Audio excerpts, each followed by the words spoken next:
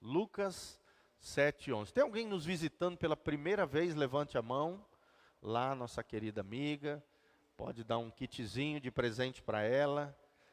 Olha, seja bem-vinda, tá, querida? Deus te abençoe. Nena, aqui na frente também esse casal lindo, precioso. Levanta a mão aí, queridos. Isso. Graças a Deus. Sejam muito bem-vindos, tá? Nossa casa pastoral. É apenas um gesto de carinho, de amor, de afeto, para que você se sinta amado e acolhido aqui nesse lugar, tá bom? Deus os abençoe. Vamos dar uma salva de palmas, povo lindo. Sejam muito bem-vindos nesse local. Então, abra comigo, irmão, Lucas capítulo 7, versículo 11, tá? Lucas 7, 11. Aqui Jesus havia acabado de fazer um dos seus primeiros milagres, curando o servo do centurião. Jesus aqui estava abismado com a fé desse centurião, que por mais que não fosse um judeu, creu e reconheceu que Jesus era alguém especial, que Jesus tinha poder, que Jesus tinha autoridade. Logo em seguida, Lucas relata um outro episódio lindíssimo da palavra de Deus, que é a cura de um filho de uma viúva. A viúva de Naim, né? É conhecido esse episódio como a ressurreição da viúva, do filho da viúva de Naim. Jesus ressuscitando um jovem na multidão. Nós vamos intitular a mensagem hoje, A Compaixão de Jesus. Vamos entender através dessa história o que envolveu, o que moveu Jesus na direção dessa mulher. O que move Jesus na direção daquele que sofre, daquele que está talvez passando por uma luta, por uma dificuldade. Essa noite é uma noite especial, uma noite de fé, uma noite de milagres. E a palavra de Deus tem lições preciosas para ensinar no nosso coração. Um texto muito conhecido, talvez você já ouviu em outros lugares, mas foi um texto que Deus colocou no meu coração. Eu gostaria de compartilhar com os irmãos hoje, em nome de Jesus. Vamos lá, Lucas 7, 11, o texto sagrado diz: E aconteceu que no dia seguinte, ele, Jesus, foi à cidade chamada Naim, e com ele iam muitos dos seus discípulos, e uma grande multidão. Então Jesus não andava sozinho, irmãos. Onde Jesus andava, tinha no mínimo os seus discípulos, mas muitas vezes no texto sagrado você vê que uma multidão seguia a Jesus. Homens, mulheres, pessoas dos diversos lugares que ouviam falar de Jesus, do grande Jesus, do filho de Davi, dos milagres que ele fazia, das libertações, das curas sobrenaturais, da mensagem extraordinária que saía da boca de Jesus, e as multidões afluíam de todos os cantos, de todos os rincões, para seguir Jesus. Primeira lição que nós aprendemos aqui no versículo 11. Será que nós temos seguido a Jesus? Porque sabe, irmãos, tem muita gente que vem na igreja, tem muita gente que escuta um monte de ministrações na internet, isso aqui sempre é gravado. Muitas pessoas têm assistido através do Facebook, do YouTube, as nossas mensagens. Culto de domingo foi mais de 200 pessoas que assistiram, através das redes sociais.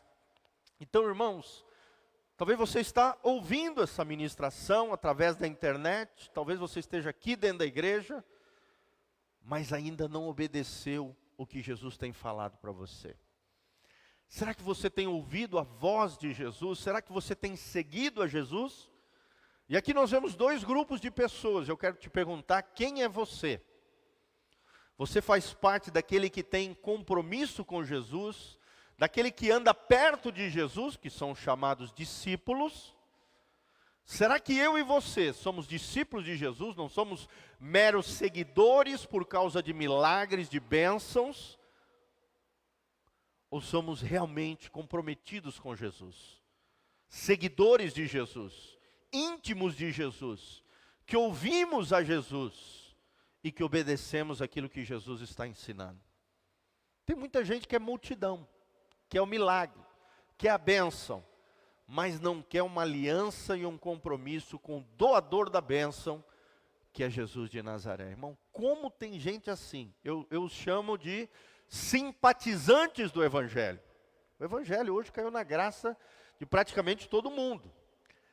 A não ser quem é ateu, né? Mas até hoje os ateus gostam de ouvir determinados pregadores. Não é verdade, irmãos? Tem pregadores que conseguem atingir todo tipo de gente, até quem não acredita em Deus. Muitos são comediantes, né? São bons de fala, são bons de oratória. Outros são bons de mexer com a alma das pessoas. Será que nós somos só multidão? Ou somos daqueles que se aproximam de Jesus, seguem a Jesus e obedecem os seus mandamentos?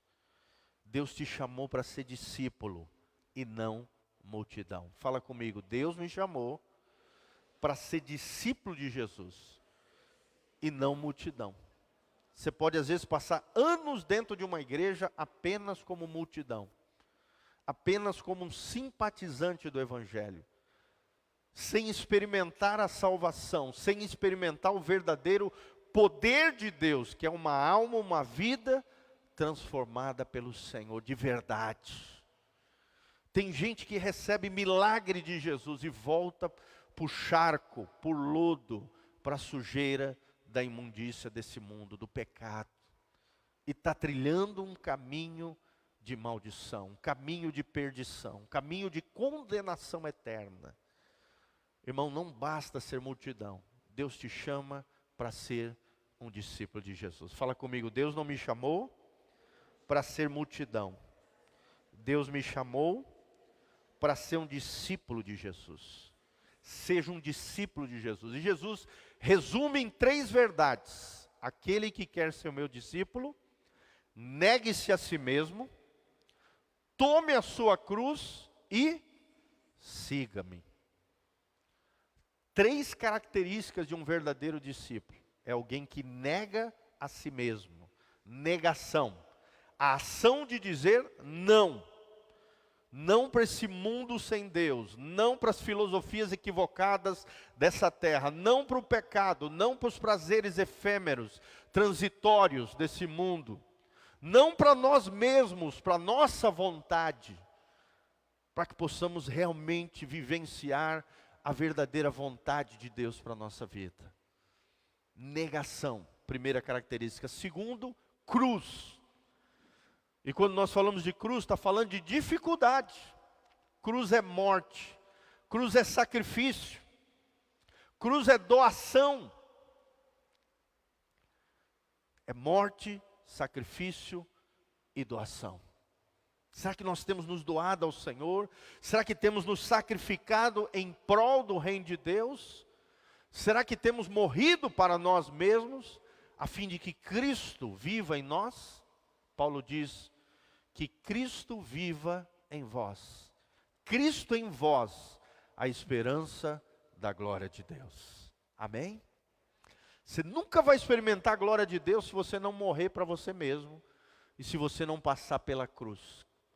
Só quem passa pela cruz vai para o céu. A cruz fala de quebrantamento, a cruz fala de humildade. Pessoa soberba, arrogante, arrota em cima dos outros, pisa nos outros. Esse não vai para o céu, irmão. Não passou pela cruz. Quem passa pela cruz é quebrantado, é humilhado, reconhece erros, reconhece falhas, reconhece a sua pecaminosidade. E por último, além da negação, além de passar pela cruz, é alguém que segue a Jesus. Não adianta nada você falar que é de Jesus, que Jesus é meu Senhor, usar camisa de cristão, Jesus te ama e eu também, botar bandazinha, né? 100% Jesus, igual alguns artistas fazem, e não segue o modelo de Jesus, faz tudo errado, tudo contrário àquilo que Jesus ensina. É multidão. É simpatizante do Evangelho, mas não é discípulo do Senhor Jesus. Amém?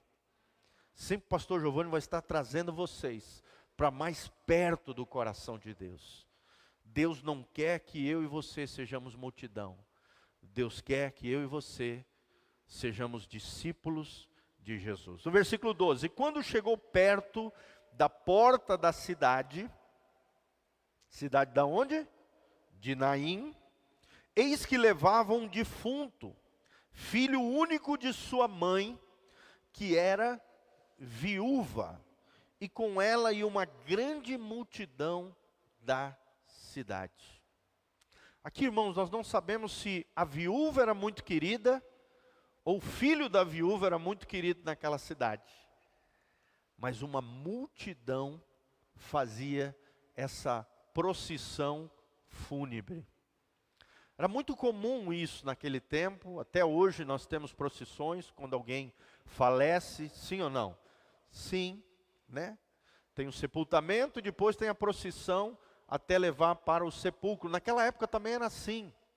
E não se enterrava ninguém dentro da cidade, como é hoje, né? O cemitério é dentro da cidade. Antigamente, nas terras de Israel, ninguém podia ser sepultado dentro da cidade.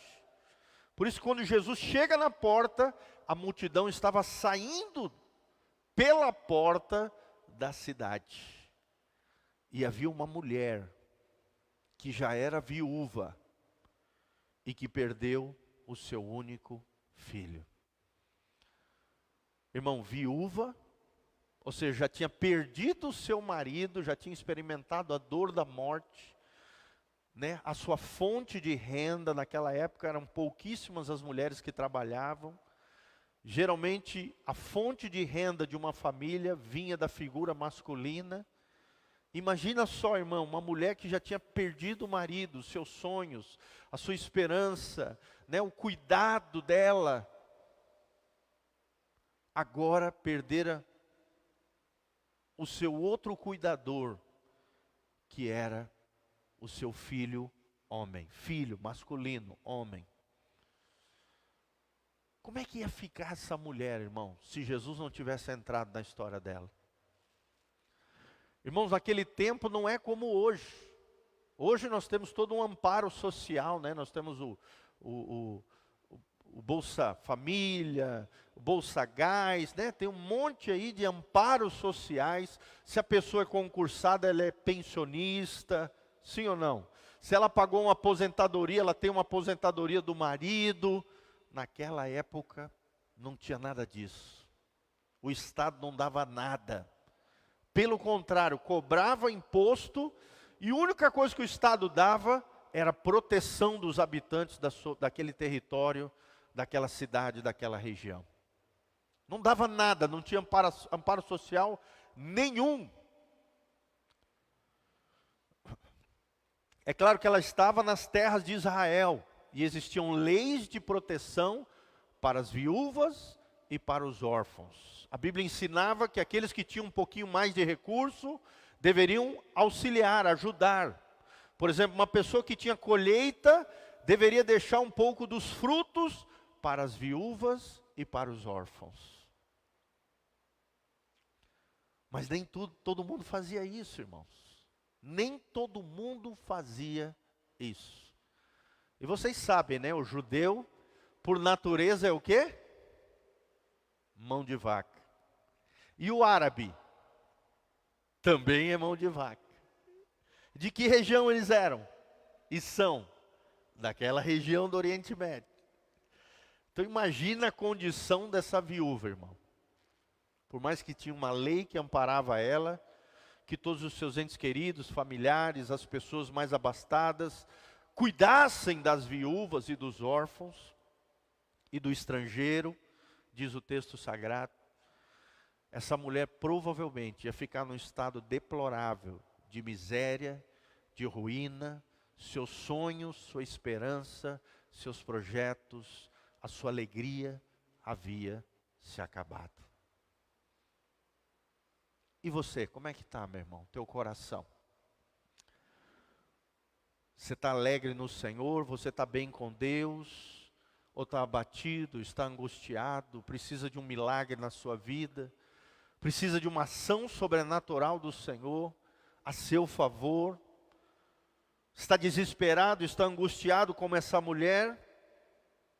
Naquela época também, quando alguém saía no funeral e tinha um pouco de recurso, pagava para algumas mulheres para que elas pranteassem pelo morto. Hoje não precisa, né? Os curiosos sempre vão nos funerais. Quem é que morreu aí? Eu quero lá ver. A nossa cidade tem esse costume, vocês já perceberam? Tem gente que passa na frente de todos os funerais ali naquela região ali perto do cemitério para saber quem morreu. Naquela época era diferente. Mas a Bíblia diz que havia uma multidão que estava com essa mulher. Ou se tocaram, se sensibilizaram com a dor dessa que já era viúva e que havia perdido o seu único filho. Também, irmãos, naquela época não tinha caixão de madeira como tem hoje. Era feito apenas uma espécie de maca, de vime, e o corpo era enfaixado e levado para fora da cidade para ser sepultado. Não era queimado, nada disso. Era sepultado debaixo da terra, fora da cidade, carregado numa maca de vime. E era como esse rapaz estava sendo levado naquela época. Mas aí entra o ator principal dessa história. Quem é? Jesus. Que Lucas aqui chama de Senhor. É a primeira vez que o evangelista Lucas chama Jesus de Senhor. A maioria das vezes Lucas chama Jesus de Filho do Homem, de Filho de Deus, de Messias, mas aqui pela primeira vez ele é colocado como o Senhor, como aquele que pode mudar a sua, minha história, restaurar os seus sonhos, a sua esperança, mudar realidades, mudar situações na nossa vida. E vendo-a, no versículo 13, o Senhor, ou seja, Jesus viu ela e ela viu o Senhor. Jesus se moveu de íntima compaixão por ela e disse-lhe: não chores. Olha que coisa linda, irmãos. Eu fico imaginando Jesus pegando no rostinho daquela mulher que estava em prantos, consolando ela, talvez tirando as lágrimas do seu olho e dizendo: filha, não chore, não chore. O Senhor chegou até você. Você consegue imaginar essa cena comigo? Jesus olhando para ela, Jesus sendo movido de íntima compaixão. O que move Jesus na nossa direção, querido, é a compaixão.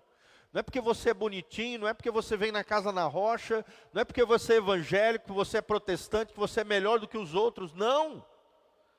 Jesus não é indiferente, Jesus não é apático, Jesus não é frio emocionalmente falando.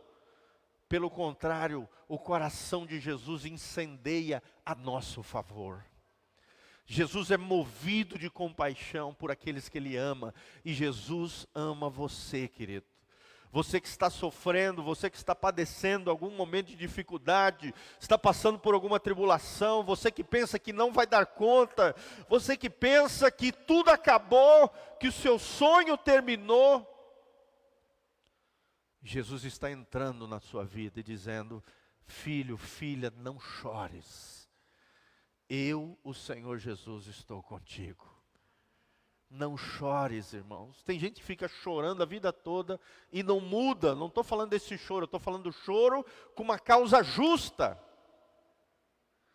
Não estou falando do choro do remorso. O choro do remorso é aquela pessoa que chora, chora, chora, fazendo coisas erradas e não muda. Mas aqui eu estou falando de um choro de alguém que está sofrendo e tem uma causa justa para chorar. A gente tem até uma frase que diz: o choro lava a alma.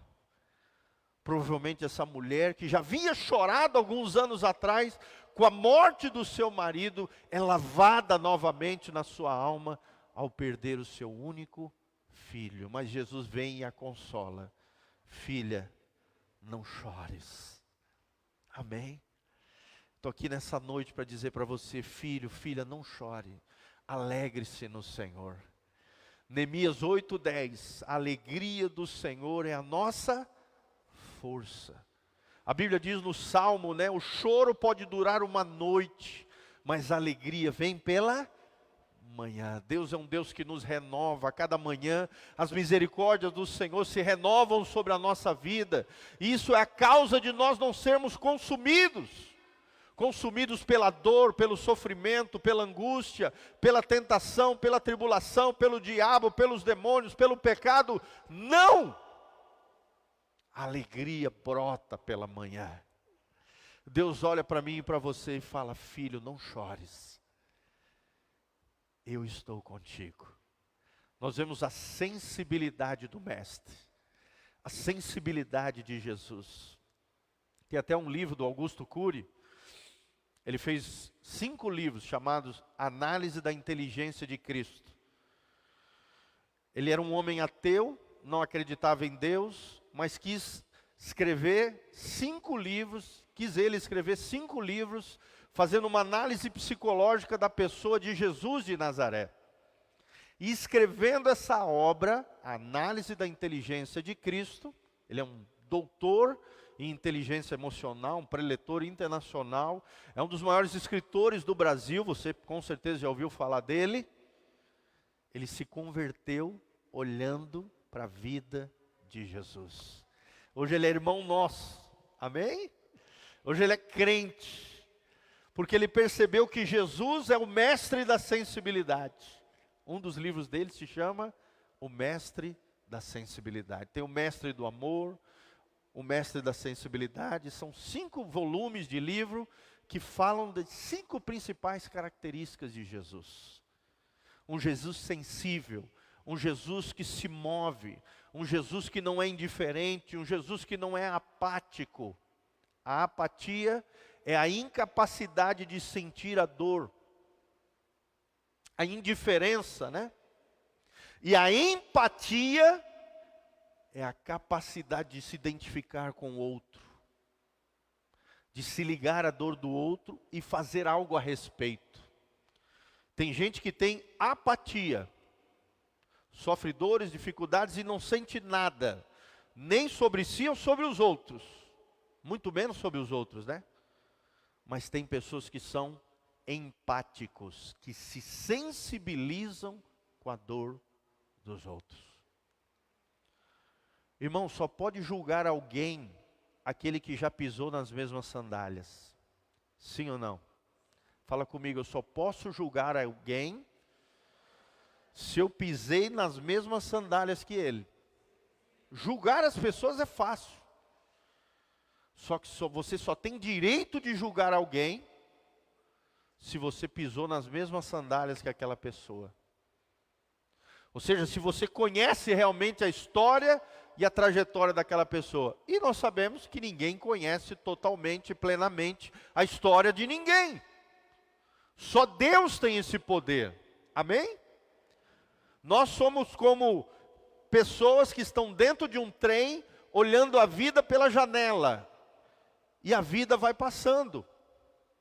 Estamos num trem, na lateral de uma cadeia montanhosa, pela janela do trem nós estamos vendo a vida passar. Deus é diferente, Deus está em cima da montanha, está vendo o trem todo passar e tudo o que acontece na cadeia de montanhas. Porque Ele é onisciente, Ele conhece o todo. E só Ele tem direito de julgar seres humanos. Amém?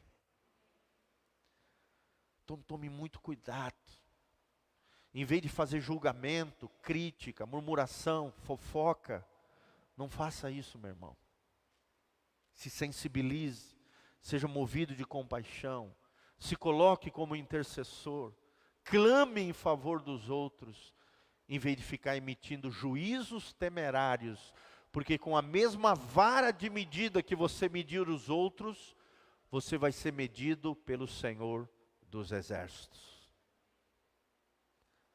Então é melhor você medir com uma varinha minúscula, que daí você vai ser medido com essa varinha minúscula, do que medir os outros com um varão.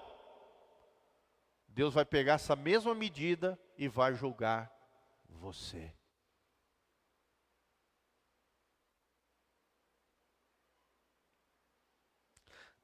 Versículo 14. E chegando-se, ou seja, Jesus se aproximou dela e do rapaz que estava um cadáver ali morto. Tocou a esquife. O que é esquife? Era essa espécie de como é que eu falei? Cama, né? Maca. Essa espécie de maca feita de vime, onde o morto estava enfaixado. Tocando na esquife, ou seja, tocando naquela maca, e os que o levavam então, quando Jesus toca na maca, pararam. Meu irmão, quando Jesus toca, tudo para. Sim ou não? Esses caras também pararam. E disse, Jesus olha com autoridade, com força, né, com poder, com autoridade, diz: jovem, a ti te digo, levanta-te. E o que fora defunto, ou seja, aquele que estava morto, assentou-se e começou a falar. Olha que coisa linda, gente. Você tenta imaginar essa situação? Alguém chegando ali na capela mortuária, tocando lá do caixão. Hoje a gente não usa mais maca.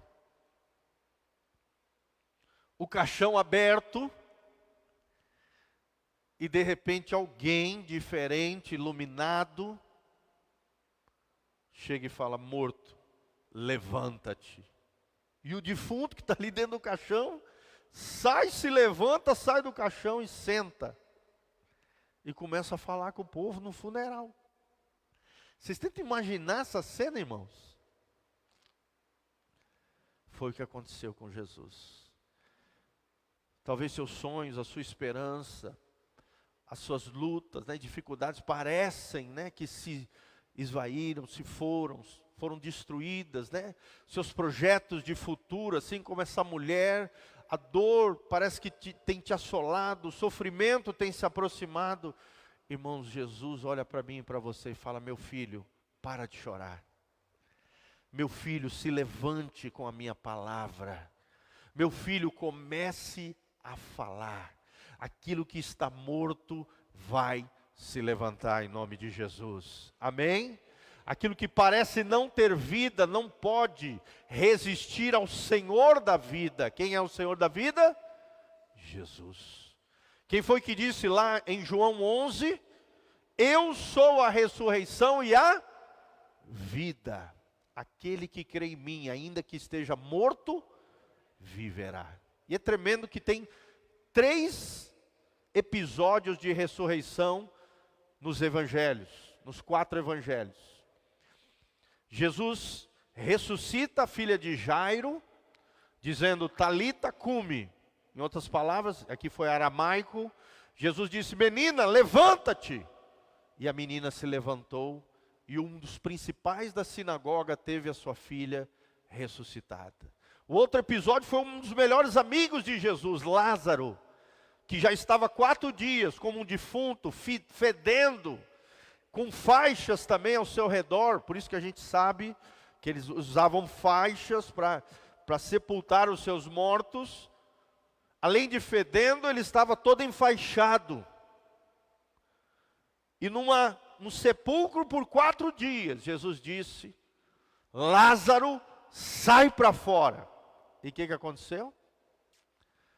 Lázaro se desembaraçou sozinho e saiu ressuscitado. Amém? É a trinca de poder de Jesus. O filho da viúva de Naim, a filha de Jairo, um dos principais da sinagoga, e um dos seus melhores amigos na cidade de Betânia, Lázaro, sai para fora. Amém? Nós vemos que Jesus tem poder sobre a morte. A morte não pode contra Jesus. A morte até tenta, mas Jesus é o Senhor da vida e reina e tem poder além da morte. Amém? Você crê que Jesus tem esse poder, irmãos? E a Bíblia diz lá em 1 Tessalonicenses capítulo 4, a partir do versículo 13, um dia, irmãos, a trombeta soará. Os mortos em Cristo ressuscitarão nesse dia glorioso. E ao soar da trombeta, nós os que estivermos vivos, seremos arrebatados e iremos morar com Ele para todo sempre. Louvado seja o nome do Senhor. E tem um outro episódio, claro que não foi Jesus, foi o poder de Deus, que quando Jesus morreu, deu o último suspiro na cruz, às 3 horas da tarde, o que aconteceu? Muitos santos ressuscitaram. Tamanho foi o poder liberado com a morte de Jesus na cruz. Não foi Jesus diretamente que fez, mas o poder que fluiu da cruz, ressuscitou alguns santos, que depois, é claro, morreram, como também Talita morreu, como também Lázaro morreu, como também o filho da viúva de Naim veio a falecer no final da sua vida. É óbvio.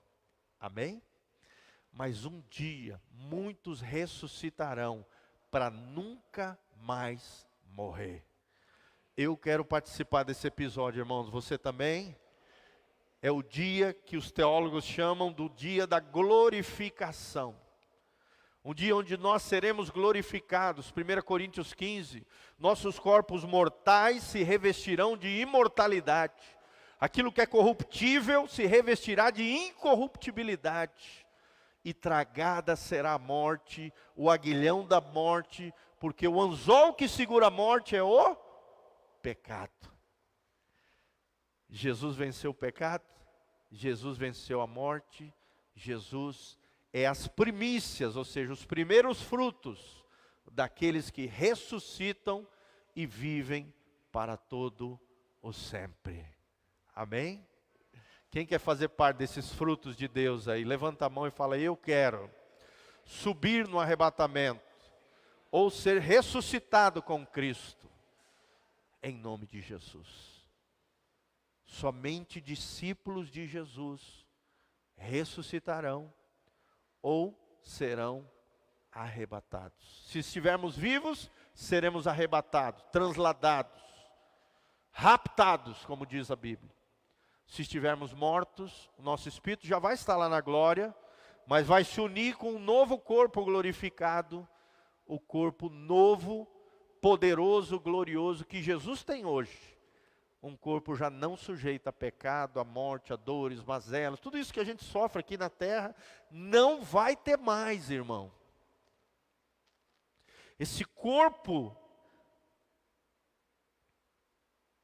de humilhação, Paulo chama lá em Filipenses, esse corpo de humilhação será revestido de um corpo glorioso, poderoso. Amém? Você crê nessas coisas? Quem crê em Jesus, crê em ressurreição. Quem crê em Jesus, reconhece, e olha só o que acontece, olha só. Então, Jesus primeiro diz: não chores, não chore, meu irmão. Segundo, Jesus diz: levanta-te. Levante-se, meu irmão, você que está caído, abatido, com a cara no chão, prostrado, afetado, se deixando levar pelos pensamentos negativos, a crítica, a murmuração, pessimismo. Levanta-te no Senhor. E logo depois que ele se levantou, ele começou a falar. Falar do que, irmão? Falar das coisas de Deus, da glória de Deus, das maravilhas do Senhor. Ele se tornou com certeza ali alguém que glorificou o Senhor. E a fala era uma prova de que ele estava vivo. Quem está vivo com Jesus, fala de Jesus. Quem está vivo com Jesus, prega do Evangelho de Jesus. E logo em seguida, no versículo 15, Jesus o entregou à sua mãe. Isso aqui é um gesto muito lindo, gente.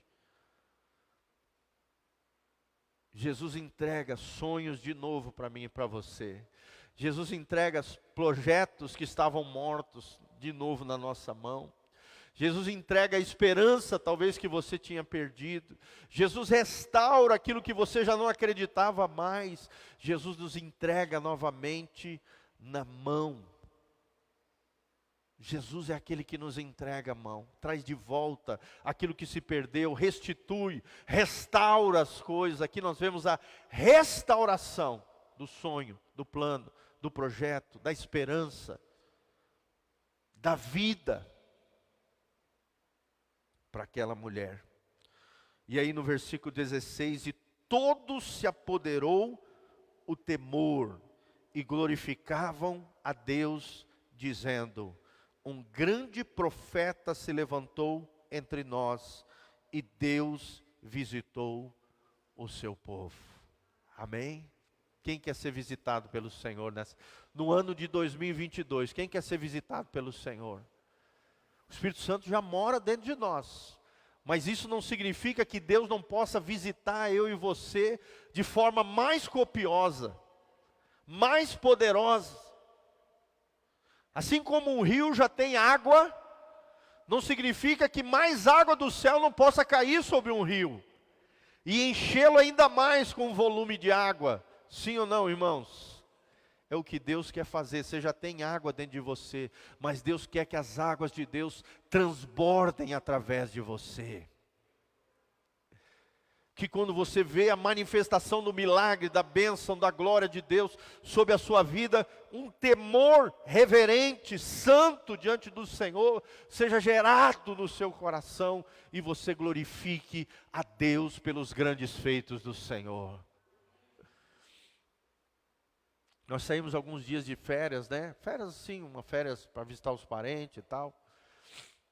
Uns 10 dias. Visitar meus pais. Daqui até Santa Catarina, irmãos, teve 8 acidentes. Até caminhonete tombada tinha. Mas carro nenhum tocou no meu carro. Por quê? Porque a gente ora na ida, ora na volta, quando chega lá agradece. Eu perdi horas e horas com um tráfego terrível, um trânsito terrível, vários acidentes para todo lado. Mas o Senhor me conduziu na ida, me conduziu na volta. Louvado seja o Senhor. Toda vez que eu saio para viajar, irmão, eu oro a Deus e falo: Senhor, a Ti eu entrego a minha alma. Eu não sei se eu vou chegar do outro lado da viagem, irmão, no fim do meu destino. Então eu já preparo a minha alma e o meu coração para encontrar com o Senhor. Se aprove ao Deus me recolher. Um dos caras que eu mais admiro, um pastor chamado David Robertson, nos Estados Unidos, um grande pregador americano, já ouvi várias ministrações dele, várias que eu fui muito impactado. Ele fazendo uma viagem missionária de uma cidade para outra, Deus levou ele, bateu o carro, morreu ele e a esposa, já foram para a glória. Então pode acontecer de tudo, irmão, você tem que estar preparado para tudo. Quando você se desloca de um lugar para o outro, você precisa preparar o seu coração diante de Deus. Você deve viver cada dia como se o próximo dia você tivesse que acertar conta diante de Deus. Tem gente que leva a vida de forma leviana, não está nem aí, né? Muitos jovens talvez estejam me ouvindo pela internet, falam: não, esse negócio de servir a Deus é só quando eu for mais velho. Eu quero curtir a vida, eu quero aproveitar a vida.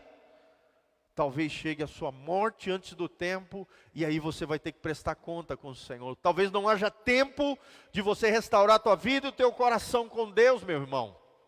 O tempo de acertar com Deus é agora. O dia do arrependimento é hoje. O dia de se consertar e se aliançar com o Senhor é agora. Talvez essa seja a última mensagem que você receba do céu sobre a tua vida. Temos que viver cada dia como se o dia de amanhã já fôssemos para o céu prestar contas diante do Senhor. E se Deus te chamar hoje meia-noite, irmãos, você vai estar pronto para encontrar com o Senhor? E se Jesus voltar às 11h30 da noite, o noivo chamar a sua noiva à igreja, você vai estar preparado para encontrar com o Senhor? Você vai para o céu ou vai ficar para o chicote do anticristo? Tem muita gente querendo agradar a homens, a pessoas, a familiares, a amigos. a prazeres efêmeros, transitórios desse mundo, agradar o seu ego, o seu eu, se inflar. Não, irmãos, é tempo de quebrantamento, é tempo de alinhamento com o céu, para que haja avivamento nos nossos corações. Para que coisas como essa que nós vemos aqui, possam gerar temor no nosso coração. Venhamos a glorificar a Deus e dizer: Jesus se levantou entre nós. Deus está visitando o seu povo, irmãos. Eu creio que o ano de 2022 vai ser um ano onde Deus vai visitar muitas pessoas. Você quer ser visitado por Deus, irmãos? Não estou dizendo de morte agora, estou falando de milagres, de maravilhas, de coisas sobrenaturais. Coisas extraordinárias. Deus pode fazer. Domingo eu falei sobre isso. As coisas maiores de Deus. Quando Jesus olha para Natanael e fala: eis aí um israelita fiel, íntegro, um verdadeiro israelita. Aí ele fica impressionado com a revelação que Jesus trouxe. Olha, eu te vi lá debaixo da figueira. Ele falou: tu és o Cristo, tu és o Filho de Deus. Tu és o Rei de Israel. Aí Jesus vira para ele e fala: meu filho, coisas maiores ainda verás. Amém? Coisas maiores Deus vai fazer na tua vida. Coisas maiores Deus pode fazer na tua família. Coisas maiores Deus pode fazer através de você, irmãos. Se você se entregar e se render completamente a Deus. E Deus visitou o seu povo. Amém? Coloque a mãozinha no seu coração comigo e fala: Senhor, eu quero experimentar uma visitação sobrenatural do Senhor. Eu fico muito feliz que Deus já está fazendo essas coisas. Hoje à tarde mesmo nós estávamos na oração aqui, Deus nos visitou. Não foi, Nena? Foi uma delícia ali, estávamos orando, veio uma visitação de Deus, algo especial. Fomos batizar 5 pessoas lá no Rio, no modelo de Jesus, né? O batismo dos nossos amados aqui, Renan, cá, uma outra turminha, meu filho, Miguel. Deus nos visitou ali. Uma das irmãs foi batizada com o Espírito Santo logo em seguida do batismo. Ela entrou dentro do seu carro, não conseguia dirigir, que ela começou, veio uma unção de riso, de gozo, de alegria sobre ela, e ela não se aguentava. Teve que sair do carro e pedir para outra pessoa dirigir, um casal que estava com ela. Porque Deus visita o seu povo. Quem aqui já experimentou uma visitação de Deus? Levanta a mão aqui. Uma visitação sobrenatural de Deus sobre a tua vida, irmão. É uma coisa gloriosa. Cria uma expectativa de coisas extraordinárias que Deus vai fazer no nosso meio. Domingo aqui eu estava pregando, cada vez que eu falava Yeshua ben Yosef, que é o nome hebraico de Jesus, eu me arrepiava todinho. Estou arrepiado agora. Ó. Fala comigo, Yeshua ben Yosef. Olha lá. É o nome original de Jesus. Jesus, o filho de José. Amém? Irmãos, esse nome de Jesus é lindo. É um nome que é sobre todo nome, da qual toda língua confessará, que todo joelho se dobrará. Se você não se dobrar agora, em vida, nessa vida terrena, diante de Jesus, você vai ter que se dobrar um dia, só que daí já vai ser tarde.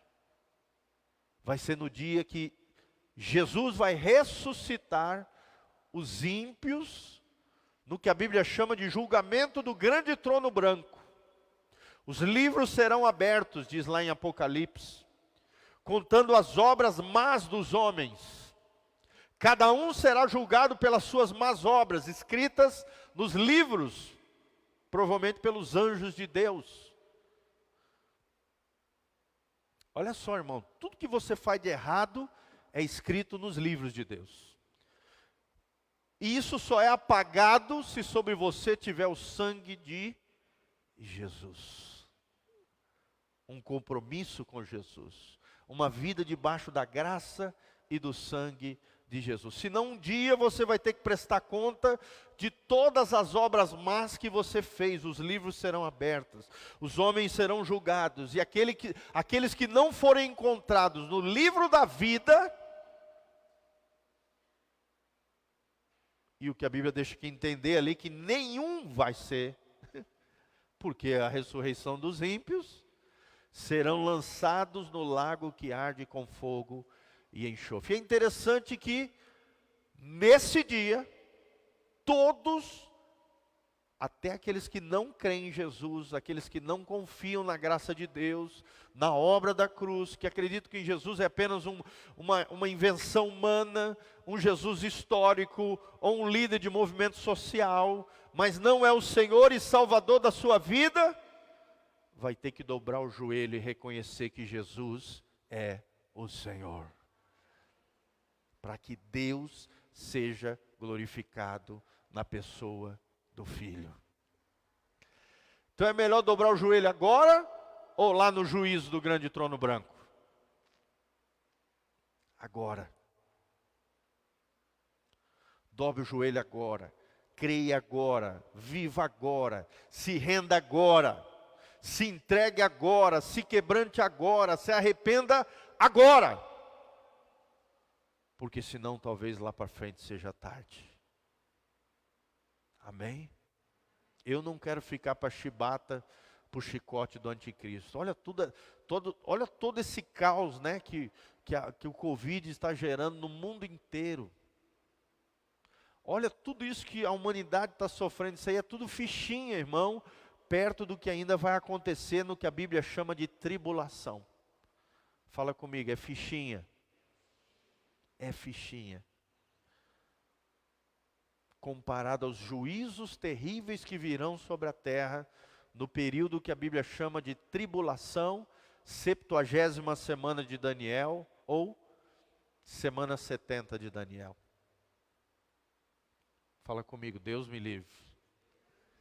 Então anda na linha, caminhe com Deus, seja um discípulo e não multidão, e confie no poder de Jesus de Nazaré. Jesus fala 3 coisas: não chores, meu irmão, levanta-te, amém? E depois comece a falar do poder de Jesus. Um Jesus que é movido de compaixão, um Jesus que se movimenta na sua direção. Amém? Vamos nos colocar de pé. Queria chamar aqui na frente, você que precisa de um milagre, de uma bênção, você que está sofrendo alguma coisa, nós queremos orar por você como igreja. Você que está passando por alguma dificuldade, alguma luta, quer receber oração, vem aqui na frente, nós queremos orar por você em nome de Jesus. Assim como Jesus tocou naquela esquife, levantou o morto, ressuscitou aquele sonho, aquela esperança, aquela situação, Jesus pode fazer isso na tua vida também, meu irmão. Sai do seu lugar, vem aqui na frente, nós queremos orar pela tua vida, com imposição de mãos, orar sobre você, em nome de Jesus. Tem alguém? Última chamada. Alguém? Última chamada. Tá bom. Então tá. Tá todo mundo na bênção? Glória a Deus. Então coloca a mão no seu coraçãozinho. Feche os seus olhinhos. Vamos orar diante do Senhor. Pai, no nome de Jesus. Talvez não haja pessoas aqui dentro da igreja, mas aqueles que estão nos assistindo pela internet precisam de um toque sobrenatural do Senhor.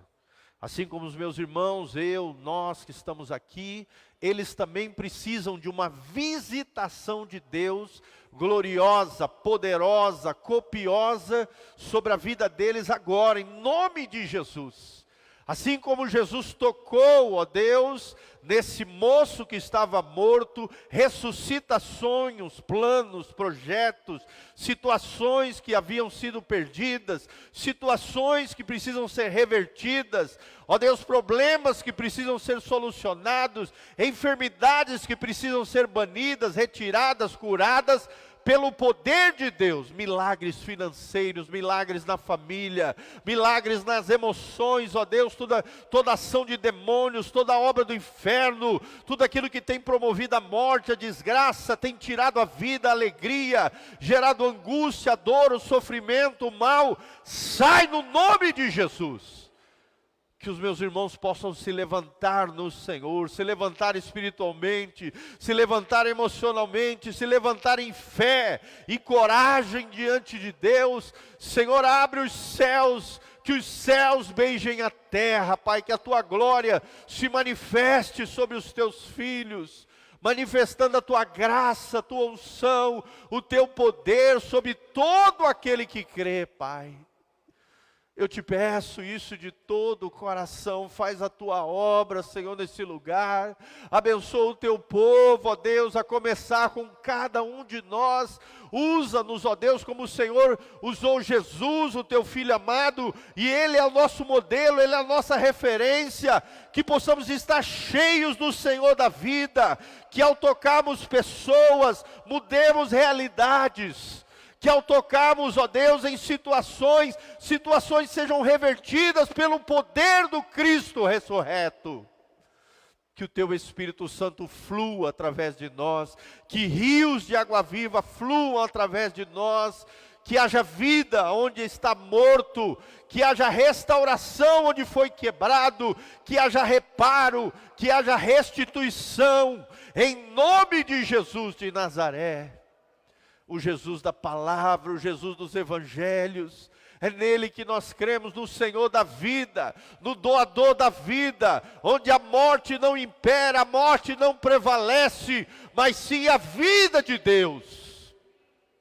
Promova a Tua vida, Pai, a vida abundante, a vida restauradora, a vida vivificadora de Jesus de Nazaré. Abençoa o Teu povo, eu te peço de todo o coração. Cada vida, cada casa, cada família, em nome de Jesus, Pai. Reaviva a Tua obra, vivifica o Teu povo, Pai. Promove alinhamento e avivamento para a glória de Deus. É o que eu te peço em nome de Jesus, para a glória do Senhor. Amém? Vamos fazer um ato profético? Eu queria que você saísse do seu lugar, e assim como Jesus tocou na esquife, e aquele moço levantou, nós vamos tocar nas cadeiras, e profetizar vidas sendo abençoadas nesse lugar. Pode ser? Você vai orar comigo e profetizar? Então vamos fazer um movimento agora, vamos comigo aqui, toca nas cadeiras, e abençoa cada lugar. Começa a declarar que vidas serão tocadas, pessoas serão abençoadas nesse lugar, em nome de Jesus. Pai, que esse lugar fique cheio de pessoas, abençoadas pelo Teu poder. Traga vidas para esse lugar. Nós profetizamos vida, restauração, transformação de vidas, que as pessoas ao sentar nessas cadeiras, sejam agraciadas, sejam abençoadas pelo Senhor, sejam tocadas pelo Teu poder, em nome de Jesus. Queremos declarar a igreja cheia, assim como está enchendo no domingo à noite, Pai, nós queremos ver a quarta-feira também se enchendo, de homens e mulheres famintos, sedentos pelo Teu amor, pelas Tuas bênçãos, por milagres, por maravilhas, em nome de Jesus. Nós cremos, nós profetizamos, e quando liberamos a palavra de vida, a palavra de fé, o Senhor respalda a nossa fé. Se creres, verás a glória de Deus, e nós queremos ver a glória de Deus se manifestando nesse lugar, em nome de Jesus. Dê uma salva de palmas para Jesus. Aleluia. Amém? Lembre-se, nós aprendemos o que é fé. Agora nós liberamos a palavra de fé e tocamos de forma profética naquilo que nós estamos falando, declarando e crendo. Amém? Isso aqui não é coisa de doido não, irmão. Isso aqui é fé. Fé é assim. Fé é tocar no sobrenatural, é crer para ver. É declarar para ver Deus realizando e fazendo. Isso é fé. Comece a exercitar a fé na sua vida. Comece a declarar a palavra de vitória e você vai ver o que Deus vai fazer na tua vida em nome de Jesus. Só para terminar, levante as suas mãos, que o Senhor te abençoe desde Sião, que o Senhor faça resplandecer o seu rosto sobre ti, te encha com a sua paz, que o Senhor perdoe os seus pecados, de cima, de baixo, em todas as dimensões, teu corpo, a tua alma e o teu espírito, sejam redimidos, sejam mantidos íntegros e irrepreensíveis, até a volta de Jesus de Nazaré. Que você tenha uma semana abençoada, um mês de vitória, de triunfo, de sucesso, de graça e de glória pelo Senhor. Em nome de Jesus, amém e amém. Amém? Vai na paz, Deus te abençoe, louvado seja o nome do Senhor. Amém e amém.